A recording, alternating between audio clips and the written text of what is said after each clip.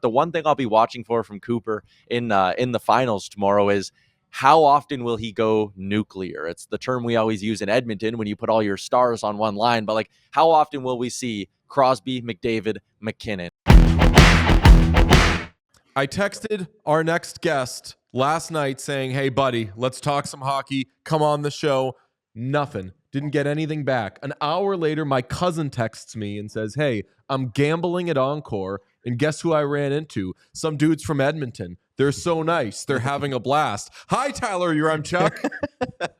Damn, caught red-handed. But like, talk about what a small world moment. We're just like sitting with this guy, and he heard us talking about how we were like, "Oh man, we're losing American money right now. Like, this is our retirement savings and Canadian funds." And he was like, "Oh, I have a cousin who does a hockey podcast." I'm like, again, totally small world thing. That's incredible. Holy shit! You lose a bunch of money last night?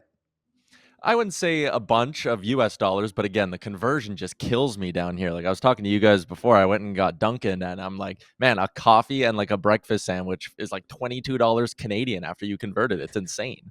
Oh my goodness. Well, we do have the Canadian team playing the U.S. in the final, and we've mostly been talking to Americans, which feels like a very Four Nations-y thing to do. Everyone's getting very tribal and territorial. How do you feel as a Canadian, my friend? Excuse me. Sorry, He's just had a random choking like the team. Nice. Damn. I really did put that one on a tee for you guys. But no, I feel good about this. I think Canada, again, it's going to be a razor-thin game no matter what. And I guess if I could explain why I'm nervous as a Canadian hockey fan, if the margin's going to be super thin and the forward group is close and the blue line's close with McAvoy out, then Connor Hellebuck can be a difference maker, and I fully expect him to be. Like, goaltending will play a massive role in this game, and what I've been kind of thinking from a Canadian perspective is like, man, they can't really play this to be a 2-1 game. Like, I think they're going to need to find a way to beat Connor Hellebuck 3 or 4 times, and like, that makes me nervous. I don't know if they'll be able to beat Connor Hellebuck 3 or 4 times. I want to ask you, this is something I've been wondering about for a few days at this point. Like, what do you consider the real, true stakes of this game and this tournament? Because like 2 weeks ago, we were wondering if anyone would care. And at the end of the day, it's still kind of a watered-down tournament, very small sample size. With the USA win on Saturday, like, where does this put Canada in terms of the stakes on this game? Yeah, I mean, it's kind of tough, right? Because it is really just for bragging rights and for pride, which, I mean, that is, in air quotes, a lot to have on the line. And we've seen how hard the players have been going. But, like, I don't know, does winning this, it is best on best hockey. So does it give you the moniker of the number one country in the world going into the Olympics? I guess it kind of does. So, like, that's the stakes. Like, I really, as a Canadian hockey fan, do not want to sit here for the next calendar year and hear American hockey fans be like, aha, we beat you. Like, that's really what's on the line here. So, again, it's not an Olympic gold medal. Who knows how we'll look back and view this tournament in 10 years or 15 years or 20 years or whatever. But for the next year, this is the chance to sit there and kind of puff your chest out and be like, we're the best in the world. Unless they lose, in which you get to play the card of Mickey Mouse tournament. Russia wasn't there. No one really cared about this that much. It's very cool that you guys tried, correct? I don't think you can even, like, I'm sure people will pull that card, obviously, but like, you can't really do that when you see what went down last Saturday and how rocking the Bell Center was. And I'm sure TD Garden's going to be at a similar level on Thursday night. But like, in the moment, everyone cares. It's all anyone wants to talk about right now. So it'd be kind of cheap if, like, again, you lose and you just kind of go like, Mickey Mouse. Like, no, I mean, this, in the moment, this does not feel like a Mickey Mouse tournament at all. I want to tie you into a conversation that was going on the radio in Boston yesterday with the whole Charlie McAvoy thing. Bruins are a fringe playoff team. He's now week to week, and there was a lot of question of, hey, should they be doing this tournament at this time? Should you be wanting your players to be in it? And the host, who's a pretty smart man, said, I bet if you asked people in Edmonton right now, and Edmonton is actually good, like they should win the Stanley Cup if all goes well. If you ask them, hey, do you want Connor McDavid going out there, risking injury, playing as hard as he's playing? They would say, yes, still, because they're so into it. Do you feel any sort of trepidation watching this tournament, seeing stars get hurt, knowing that you cover the team, that if their star gets hurt, it really can come crashing down? Yeah, I mean, I totally see that line of thinking, right? Where it's like, man, if a superstar player blows his ACL and is done for the rest of the season at this tournament, that's a problem. And it could, obviously, with the Oilers, it would kill their Stanley Cup chances, right? But then there's the other part of me that goes, if they were just playing regular season hockey right now, Connor McDavid could blow at his ACL Saturday, and I should knock on wood as I say that as well. But like, he could blow at his ACL Saturday when they play against the Philadelphia Flyers. Like, at the end of the day, it's hockey. You can get hurt. That kind of stuff can happen. There was a little part of me when I was watching that game on Saturday and guys were flying around, and I was like, okay, this is actually like really intense. Like, the chance of injury is going up, and we've seen it now. Like, how many guys on Team USA are considered like game time decisions or game day decisions for that game tomorrow? So there's a little bit of nerves, but at the end of the day, like, you're never going to ask Connor McDavid to, like, hey man, don't go that hard, because remember, we have to try and win a Stanley Cup in a few weeks. Like, I don't know, you're not going to do that. It's hockey. Injuries can happen, and that's, I guess, maybe the downside of doing this tournament in the middle of the season. If you did it in, let's say, September, and someone were to get hurt, it's like, okay, you missed the first few weeks, few months of the regular season, then you come back. If you get hurt right now, you're missing like very, very important hockey games down the stretch in the regular season. But I'll also say the plus side of having this tournament now and not doing it in September is like, all the attention in the sports world is solely on hockey tomorrow. There's no NFL. There's barely NBA. There's nothing to compete against. Not like you're competing against important baseball games in September or October or whatever. So I think still there's way more upside to doing it when they're doing it versus starting it earlier in the season. Yeah, and I mean, like, you can get hurt doing anything. We had an NHL player hit by a car across the street earlier this season, so anything's on the table. And at least, like, for your case and for Oilers fans' case, your star player is playing for your country. The first thing I thought of yesterday when Quinn Hughes we thought was going to be playing for USA was like, damn, that sucks for Canucks fans, because he's their most important player and he's playing for was going to play for the rival in this tournament. That is the worst case scenario.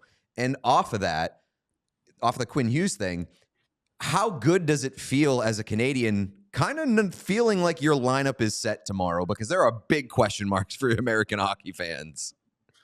Yeah, absolutely. Like, the fact that Cale Makar came and played against Finland is like, okay, deep breath, sigh of relief. Like, we know the blue line is going to be relatively set now, and there are no injuries up front. And I guess that's kind of an interesting factor heading into this hockey game, is like, Canada should be 100% ready to go. And like, if Matthew Tkachuk plays and if Austin Matthews is 100%, and there's all these ifs, it's like, what are you going to get out of them? Are you going to get the same juiced up, fired up players that you had on Saturday? Or are they going to be in a little bit more of, I don't know, call it survival mode for this game? So yeah, I mean, health is a really, really big factor. What's your confidence level in Jordan Binnington? And two-part questions are bad because only one part of it usually gets answered. But be honest, how did you feel in the final 100 seconds of that game against Finland? Well, confidence level in Binnington, I guess I can start with that. I don't know, scale of 1 to 10, I'm maybe like a 5. I'm kind of doing like the glass half full, glass half empty thing, where I'm like, okay, he hasn't played a great game yet in this tournament. Okay, he hasn't played a great game yet in this tournament. Maybe he's kind of due for one, right? It's like me last night at the roulette table when it was black, black, black, black. I'm like, come on, we're due for a red here at some point. But like, Jordan Binnington, eventually he would have a good game. If you kept the Four Nations face-off going for a month, he would play a good game at some point. Maybe tomorrow's going to be that good game, but the fact I'm going through this mental exercise really does say a lot about the confidence level in Canada's goaltending. You're just kind of like crossing your fingers, being like, boy, I hope Jordan Binnington pulls something magical out of his ass. But the other part of that, how nervous was I in the final 100 seconds? Yeah, I was kind of shitting my pants. And you know who else was probably shitting their pants? It was Gary Bettman and all the executives who were going, oh my God, are we not going to get the Canada-USA rematch? Is Finland really going to screw us over? That is true. I hadn't thought about that, but I think everybody wanted USA Canada.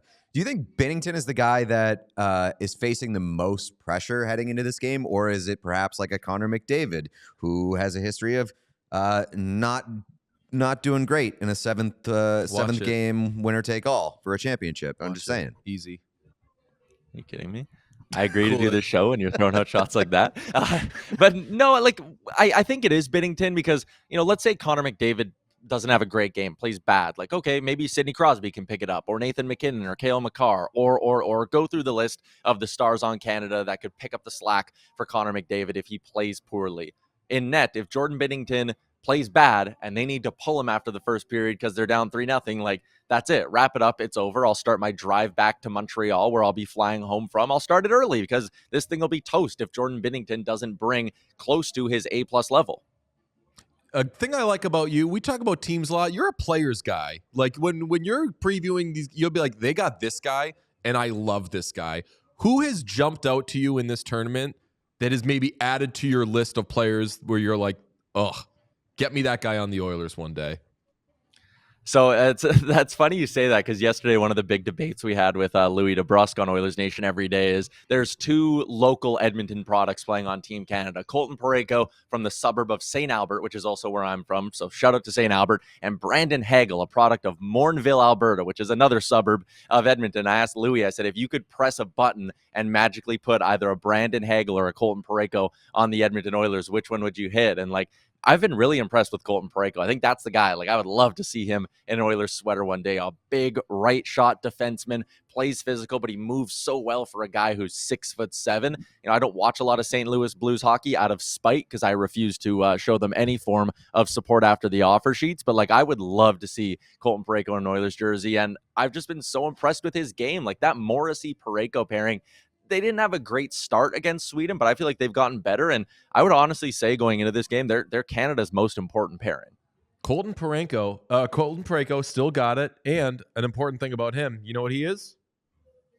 Canadian. He's a fucking moose. He is a moose. Yeah, he almost killed JT Miller. Yeah. So. Well, that was JT Miller's fault. That was definitely JT Miller's fault. Don't fight Colton Parayko. The long list of things that have become JT Miller's fault this NHL season. You know what, though? JT Miller might be my guy that I like more as a result of this tournament. I mean, like, I couldn't love Zach Werenski more, but my respect for him has still somehow gone up. But JT Miller, since he's gotten off the Canucks, I think I've just been like, you know what?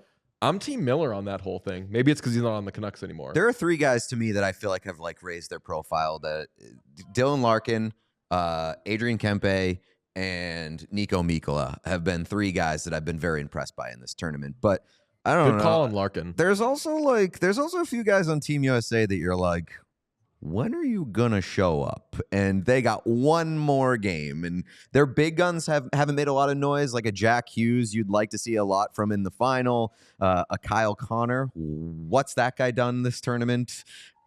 Adam Fox, stick his neck not out there. very good, even though a lot of people saying he's injured. I don't know. Like, who have you seen, or who have you been impressed by on USA that maybe you didn't particularly know ball about heading into this tournament? Yeah, I mean, you guys touched on Zach Werenski. Like, I think he's got a sneaky shot at winning the MVP of this tournament. I think he's like 4th or 5th on the odds board right now, but like, he's got the numbers. And let's say, again, no Charlie McAvoy. If Zach Werenski were to go out in a final tomorrow and have a couple of points and play like 28 minutes or something crazy, like, maybe he has a shot at that MVP. I think if the U.S. wins, it'll likely go to Hellebuck. But Zach Werenski coming into this is a guy who I looked at and was like, okay, not to disrespect anyone on the Columbus Blue Jackets, but he's now getting a chance to play. I know, but he's now getting a chance to play with like this whole, this team full of superstars, and as like a puck-moving defenseman whose offensive instincts are so good. I was really excited to see what he could do with it, and I had high expectations, and he's absolutely blown them away. One guy I've been disappointed in is Jack Hughes. I was, again, talking about just, okay, you're going to put him with some shooters and with some really high-end playmakers, and he's just kind of been a ghost for most of this tournament. So on the disappointing end, I've been like, man, I had way higher hopes for Jack Hughes. He was a guy who I had at the start of this season as like a sneaky Hart Trophy candidate. But he's been really disappointing in this tournament. Werenski's been the one who's really stood out in a good way. And I mean, you mentioned Dylan Larkin. In this tournament, having guys who can accept and buy into like a good bottom six role and play that role comfortably, and be someone who goes from playing 19 minutes a night or whatever with the Red Wings to, okay, now you're only playing 12-13 minutes, but how can you be effective in those 12-13 minutes? He's done a great job, and it actually ties into like another thing to bring it back to Team Canada, I guess. They got Brad Marchand on their third line, call it, and Mitch Marner on their fourth line. And those are two star-level players who really haven't done a whole heck of a lot. Mitch Marner had the good moment against Team Sweden, scoring the overtime winner, but he hasn't had a good game yet in this tournament. If one of Marchand or Marner can come through and just have, even call it a really great period and score a big goal for Canada, it'll go a long way in getting some production from the bottom six. I'm glad you brought up those two names specifically, because one person who has impressed me or shown better than I'm used to seeing recently is Mike Sullivan, just confirming that when he has a bajillion good forwards, he wins. And when he doesn't, he loses. Who knew? Where does your arrow point with Jon Cooper? Because we've kind of made a face at the Marchand of it all, of like, Marchand's not doing much, but he's also not playing much. And for a team that certainly doesn't have the like strong, gonna push you around identity that the United States has. They still do have guys who can mix it up, mainly Marchand, and they don't seem to be leaning into that much. So how do you feel about the coaching decisions? You have a thought? I was going to say, just the adjustments that you've seen Sullivan make versus the ones that Cooper has made. I think there's clearly a coaching advantage heading into this game. Whether that carries for USA, we'll see. But I haven't been impressed by what Jon Cooper's been able to do in terms of mixing and matching and finding a spark. Same. Yeah, I mean, look at the USA's first game against Finland. That game is tight. He throws the Kachucks together, and it's like, boom, that adjustment right there paid off immediately. And you look at Cooper, he had Connor McDavid with Mitch Marner for basically 2 full games. It was like the first 5 periods of the tournament, and it was clear through 2 periods that it obviously wasn't working. So I do think he waited a little bit too long to make that adjustment. And then it almost, in a weird way, looked worse on Cooper, in my opinion, when he put Braden Point next to Connor McDavid and it instantly worked. And it's like, dude, Braden Point is your guy, Cooper. How did you not at some point through all of this be like, I wonder if my best centerman from Tampa Bay could work with the best player in the world? Like, how could you not piece that together? But he eventually did, so you give him credit for that. But I mean, he's gotten some flack too for the goaltending decision. It's like, okay, in hindsight, should you have given Aiden Hill that start on Monday against Finland and seen if you could have caught lightning in a bottle with him? Maybe that was like a no downside move, giving him that start. So there's been a few questionable decisions. Nothing I think that's like really hurt their chances in any game. But the one thing I'll be watching for from Cooper in the finals tomorrow is how often will he go nuclear? It's the term we always use in Edmonton when you put all your stars on one line. But like, how often will we see Crosby, McDavid, McKinnon? It's come out a little bit like after a penalty kill or at the end of periods and things like that. But I wonder if maybe we don't see it for like a consistent 10-minute run at some point tomorrow. I don't know if we've ever discussed this guy on either of our shows or in friendship. I was hesitant to gush about Matthew Tkachuk too much because I don't want to hurt Oilers fans' feelings. I'm an Oilers fan. Matthew Tkachuk obviously broke my heart. You are an Oilers fan and a Canadian, so I must ask how you feel about him and if you agree with our sentiment that love him or hate him, and I do love him, he is just truly like an A+ ambassador for hockey. That's exactly what I was going to say. Like, again, I don't like the guy. It goes back to the Battle of Alberta days and the turtling with Zach Cassian, all of that. Like, in my fandom, there is a long line of moments that have made me just despise Matthew Tkachuk.